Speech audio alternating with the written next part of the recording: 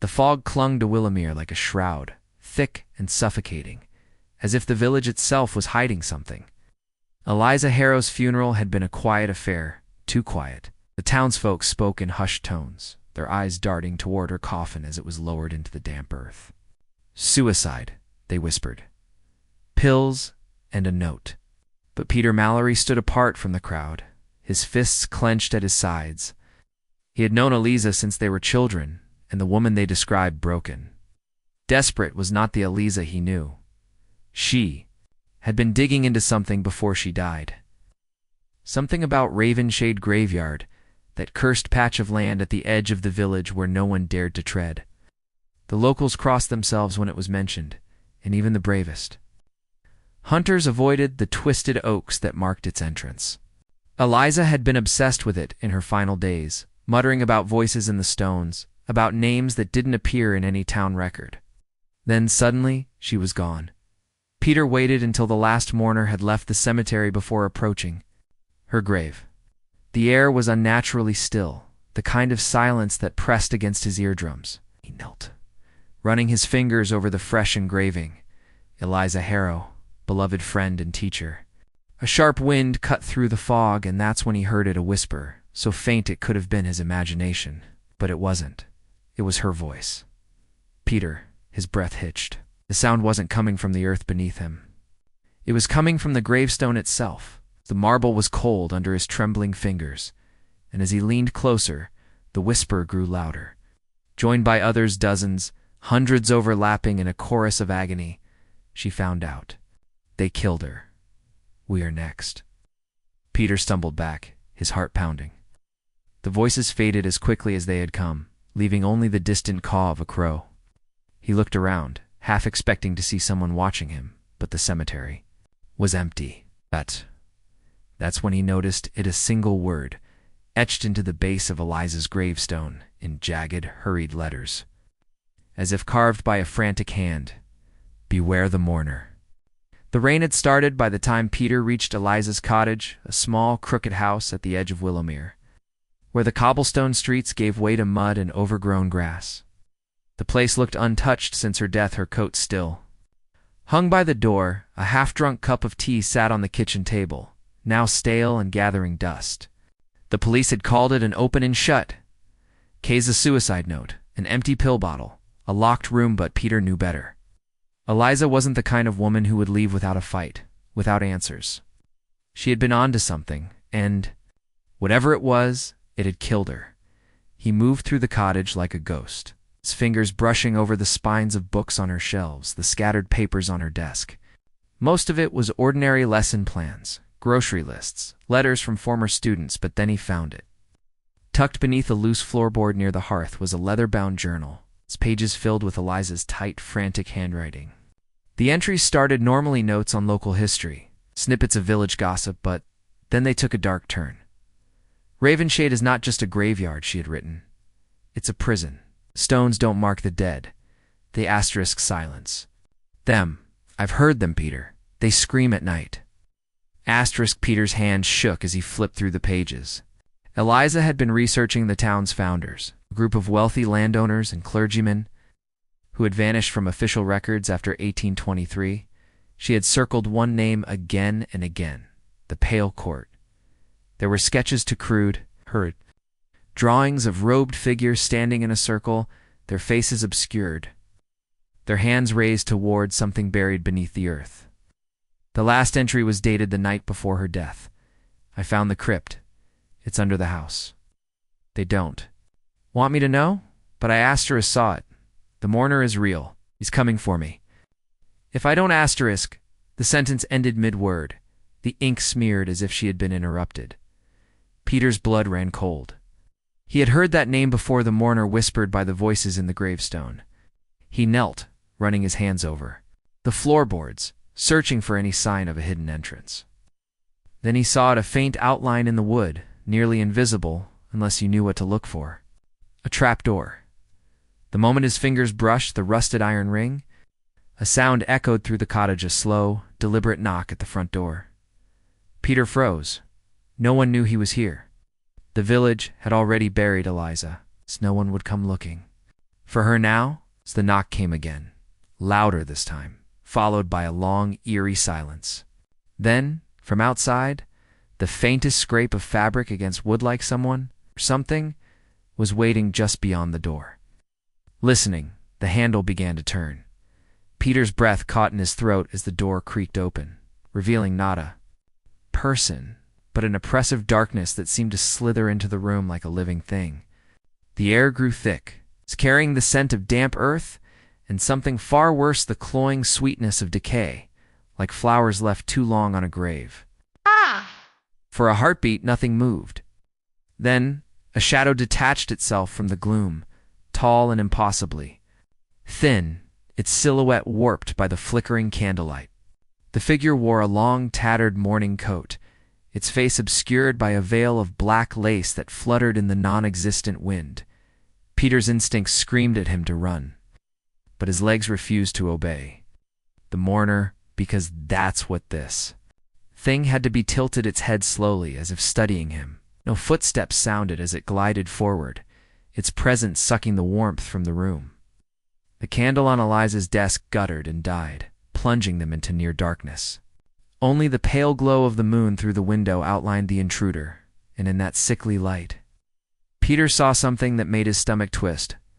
The mourner's hands were not hands at all, but skeletal claws, the flesh stretched taut over, bone-like parchment left too long in the sun. A whisper slithered through the air, though the mourner's veiled face never moved. She should not have looked. The voice was wrong, a chorus of overlapping tones, some human, some anything but. You will not look either. Peter's fingers tightened around Eliza's journal, the leather creaking in his grip. The mourner's head snapped toward the sound, and in that moment of distraction, Peter acted. He hurled the nearest object, a porcelain vase, had the figure's head, and bolted for the trapdoor. The vase shattered against the wall as the mourner let out a sound that was neither scream nor sigh, but something in between. A noise that seemed to vibrate through Peter's very bones. The trapdoor gave way with a groan, revealing a yawning staircase that descended into blackness. Peter didn't hesitate. He flung himself down the steps just as the mourner's claws scraped against the floorboards above him. The air grew colder the deeper he went, the walls slick with moisture that glistened like sweat on a corpse's brow. The stairs seemed to go on forever, twisting in ways that defied the cottage's small footprint. And for a terrifying moment, Peter wondered if he'd stumbled into somewhere or something that existed outside the laws of the world he knew. At last, the staircase ended in a cavernous chamber, its ceiling lost in shadow. The walls were lined with skulls, their hollow eyes watching him, their jaws frozen in silent screams. At the center of the room stood an altar, its surface stained a deep, unnatural black. But it was what lay beneath the altar that made Peter's blood turn to Isa, gaping hole in the earth, rimmed with teeth-like stones, from which a faint, rhythmic pulsing echoed. Something down there was breathing, and then, from the darkness behind him, the whisper came again. You should not have come. The pulsing from the abyss beneath the altar grew louder, a slow, wet rhythm like a monstrous heart beating beneath the earth, which throbbed, sending a tremor through the chamber that made the skulls rattle in their niches. Peter stumbled back, his shoulder blades pressing against the clammy wall as the mourner materialized from the shadows at the base of the stairs, its tattered coat billowing as if caught in an unfelt wind. The veil over its face rippled, and for the first time, Peter saw a glimpse of what lay beneath, not flesh, not bone, but a yawning void where a face should have been. A darkness so absolute it seemed to swallow the very air around it. The journal, in Peter's hands, suddenly burned like a brand against his skin, and he nearly dropped it as Eliza's words seared through his mind. They sacrificed the unwanted to keep it sleeping. The altar, the pit, the skulls. This was no mere crypt. It was a feeding ground. The realization hit him like a physical blow. The Pale Court hadn't just murdered people.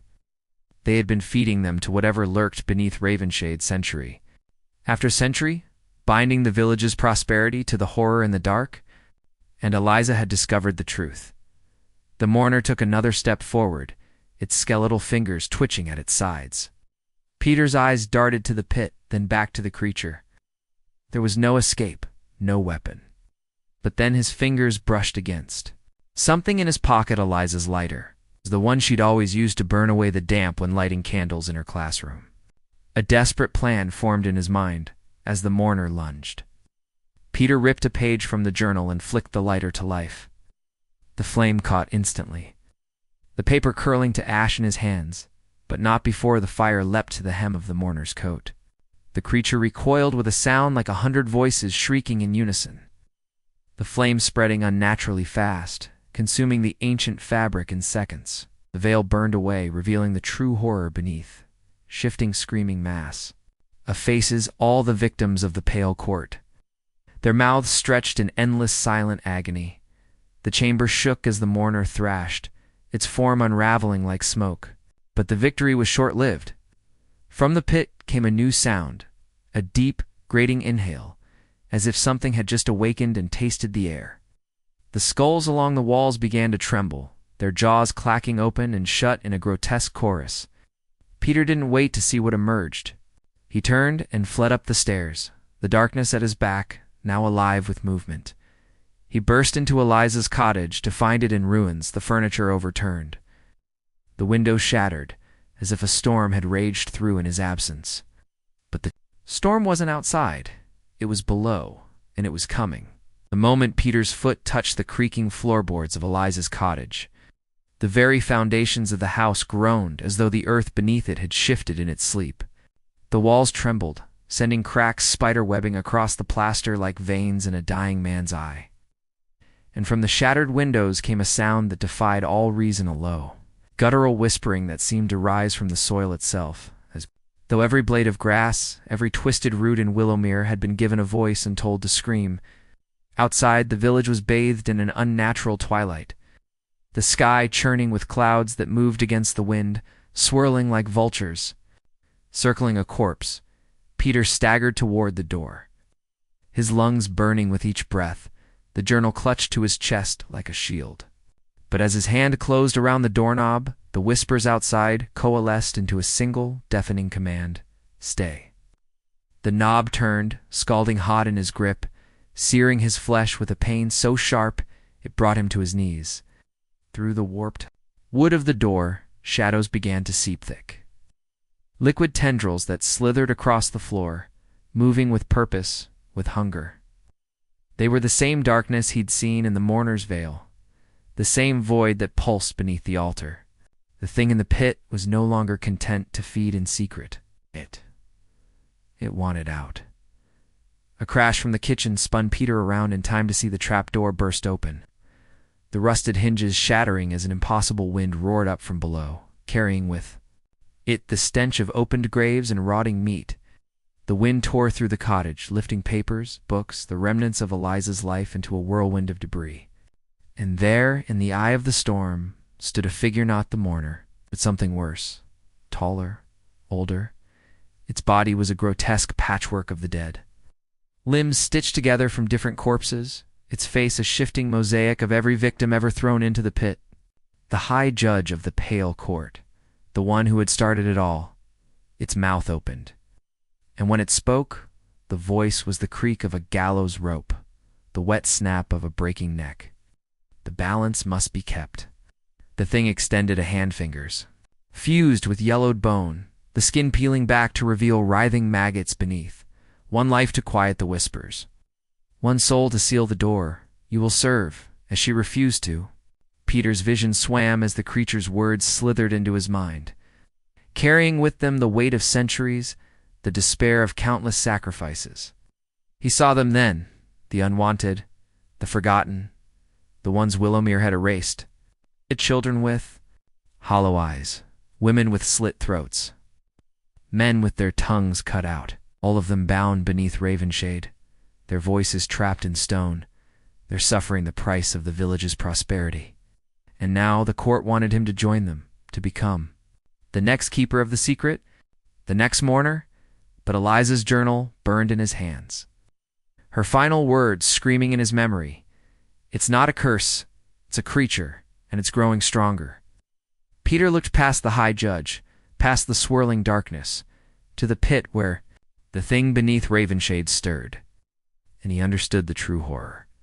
The sacrifices had never been to keep it sleeping, they'd been to keep it fed.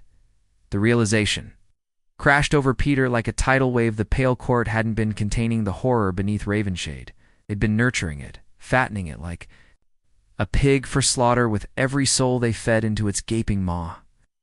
The journal trembled in his hands as the high judge advanced, its stitched together limbs moving with unnatural jerks, like a puppet controlled by invisible strings dipped in blood. The air thickened with the scent of burning hair and spoiled milk, making each breath feel like swallowing broken glass. Outside, the village of Willowmere had fallen into an eerie silence, as if every living thing had collectively held its breath, waiting to see whether the earth would split open and devour them all. Peter's back hit the wall, the peeling wallpaper crumbling like ancient skin beneath his fingers. There was nowhere left to run. The high judge loomed over him, its patchwork face twisting into something resembling a smile, the stitches straining as rotten flesh threatened to split apart. From the pit below, the breathing grew louder, more rhythmic, almost eager. It knew what was coming. It had tasted sacrifice before, and it hungered for another. But then Peter's fingers brushed against something cold in his pocket, the rusted iron ring from the trapdoor. Eliza's final entry flashed through his mind. Iron and fire. They fear it. The old ways remember. With a surge of desperate strength, he swung the ring like a blade, dragging its jagged edge across the high judge's outstretched arm. The effect was instantaneous. The creature recoiled with a shriek that shook the cottage, its flesh smoking where the iron had touched, the stench of burning corruption filling the air. The shadows swirling around them writhed as if in pain, their inky tendrils recoiling from the metal's touch. For the first time since entering this nightmare, Peter saw fear in the eyes of the damned. The high judge staggered back, its form flickering, like a candle in the wind, the stolen faces that made up its body screaming in discordant agony. The iron wasn't just hurting it, it was unraveling the very magic that held the abomination together. But the victory was short-lived. From the open trapdoor came a new sound, a wet, slithering drag, like something massive pulling itself up. From the depths, the floorboards groaned under an impossible weight. The temperature plummeted so sharply that Peter's breath crystallized in the air. Before him, the thing from the pit was coming. And it wasn't just hungry, it was angry. The floorboards erupted in a splintering explosion of wood and nails as the entity from the pit surged upward, its form defying all reason, a shifting mass of glistening black tendrils studded with human teeth, its core pulsing like a cancerous heart wrapped in funeral shrouds. The moment it breached the surface, time itself seemed to stutter. The cottage walls warped inward, as if sucked towards some impossible gravity, the air filled with the deafening static scream of 100 buried souls suddenly unleashed. Peter fell to his knees, his vision swimming with nightmare images seared. Directly into his brain, the pale court's first sacrifice in 1789. A beggar woman screaming as they lowered her living body into the pit. The way the ground had actually shuddered with pleasure when she hit the bottom. The creature hadn't been sleeping under Ravenshade all these centuries. It had been waiting, growing, learning. And now its maw stretched wide enough to swallow. Willowmere whole, the high judge's stitched-together body began unraveling at the seams, its stolen faces melting like wax as the entity from the pit absorbed it with a wet, sucking sound the servant consumed by its master. Peter understood now with terrible clarity why Eliza had been killed. She'd discovered the most horrifying truth of all. The sacrifices were never about maintaining balance. They were delays, temporary appeasements. Every soul fed to the pit had only made the thing stronger, and with each passing generation, it demanded more. Soon, even the entire village wouldn't be enough. As the creature's tendrils lashed toward him, Peter did the only thing left. He plunged his hand into his coat pocket and ripped out Eliza's entire journal. Thrusting it into the guttering flame of the overturned oil lamp, the pages caught fire with an almost supernatural eagerness, the ink of Eliza's words burning electric blue, as if her very soul had been trapped in the letters. He hurled the blazing journal straight into the creature's pulsating core. The effect was catastrophic. The entity shrieked a sound that shattered the remaining windows and sent cracks racing through the cottage's foundation. As the fire spread across its form with unnatural speed, burning not orange but a ghostly white-blue, the flames didn't just burn. They unmade, reversing centuries of accumulated suffering as the trapped souls within the creature broke free in shrieking streaks of light. The ground beneath Willowmere heaved like a living thing, tombstones in Ravenshade exploding upward as the ancient bonds shattered, but the fire was spreading too fast. Peter realized with dawning horror that he stood at the epicenter of an inferno that wouldn't stop at just destroying the creature, it would consume the entire village. Every man, woman, and child whose ancestors had participated in the sacrifices. The journal's flames had become a cleansing pyre, and the dead would take the living with them in the eye of the storm. A single gravestone fragment landed at Peter's feet, glowing with residual heat. Etched into its surface were the last words he'd ever hear from Eliza, seared there by something beyond mortal hands. Some truths should stay buried. Run. As the cottage collapsed around him and the earth opened its maw, Peter ran not toward safety, but toward Ravenshade, where the first tendrils of dawn were just piercing the unnatural storm clouds. Behind him, Willowmere burned with ghostly fire. Ahead the road stretched empty. Beneath his feet, deep in the hungry earth, something far older than the pale court stirred in its sleep once more. Subscribe and press the bell icon so that you never miss the amazing video.